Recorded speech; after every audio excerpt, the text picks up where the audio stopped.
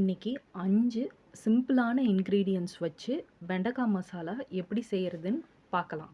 First இதுக்கு தேவையான பொருட்கள் பார்த்துக்கலாம்.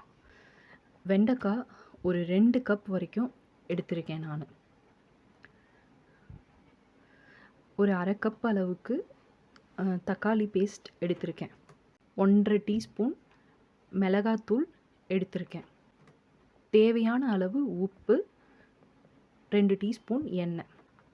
ஒரு வாணலில் தேவையான அளவு எண்ணெய் ஊற்றிட்டு பொடியாக அரிஞ்ச வெண்டைக்காயை சேர்த்துக்கலாம்.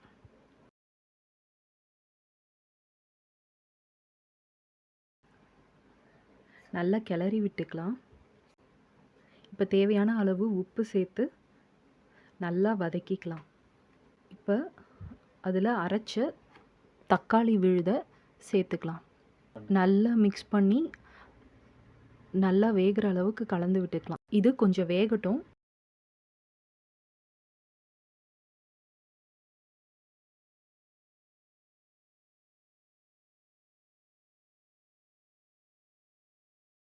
அப்புறம் 1.5 டீஸ்பூன் அளவுக்கு மிளகாத்தூள் இதோடு சேர்த்துக்கலாம். மிளகாத்தூளும் உப்பும் நல்லா மிக்ஸ் ஆகிற மாதிரி நல்லா கிளறி விடுங்க.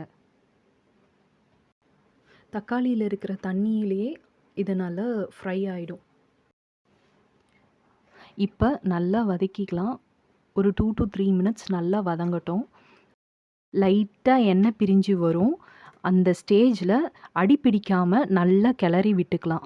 ஒரு 2 மினிட்ஸ் அளவுக்கு நல்லா கிளறி விட்டுக்கலாம். இப்போ சுவையான ஒரு வெண்டைக்காய் மசாலா ரெடி ஆயிடுச்சு.